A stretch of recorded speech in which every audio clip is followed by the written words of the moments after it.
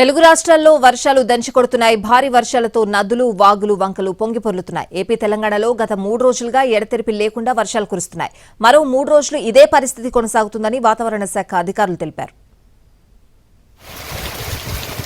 తెలుగు రాష్ట్రాల్లో గత 3 రోజులుగా భారీ వర్షాలు కురుస్తూ ఉండడంతో అల్లకల్లోలంగా మారింది. పలు ప్రాజెక్టులకు పెద్ద ఎత్తున వరద నీరు వచ్చి చేరుతోంది. గోదావరి, కృష్ణా నదులు పరవళ్లు తొక్కుతున్నాయి. ఎడతెరిపి లేకుండా కురుస్తున్న వర్షాల కారణంగా పలు ప్రాంతాలు జలమయమయ్యాయి.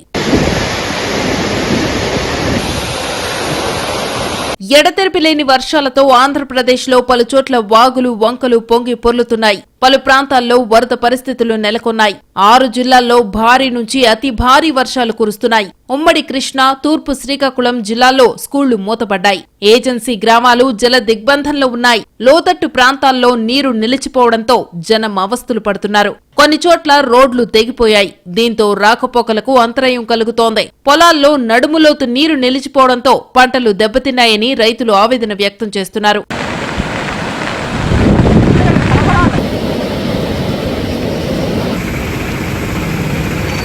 భారీ వర్షాల కారణంగా అల్లూరి జిల్లాలోని ఘాట్ రోడ్లను మూసేశారు. పాడేరు, అరకు, చింతపల్లి, మారేడుమిల్లి ఘాట్ రోడ్లను రాత్రి 7 గంటల నుంచి ఉదయం 6 గంటల వరకు మూసివేస్తున్నట్టు కలెక్టర్ ప్రకటించారు. ప్రమాదాలు జరగకుండా ముందస్తు చర్యల్లో భాగంగానే ఈ నిర్ణయం తీసుకున్నట్టు తెలిపారు. ప్రయాణికులు సైతం ఈ విషయాన్ని గమనించాలని కోరారు. తెలంగాణ వ్యాప్తంగా వర్షాలు దంచికొడుతున్నాయి.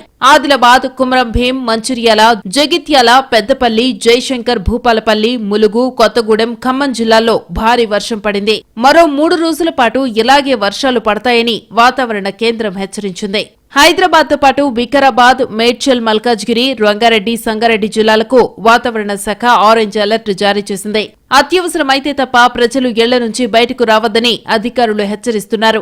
ఇప్పటికే రాష్ట్రంలోని 10 జిల్లాలకు ఆరెంజ్ అలర్ట్ ప్రకటించగా తాజాగా హైదరాబాద్తో పాటు మరో 4 జిల్లాలకు ఆరెంజ్ అలర్ట్ ను జారీ చేసింది.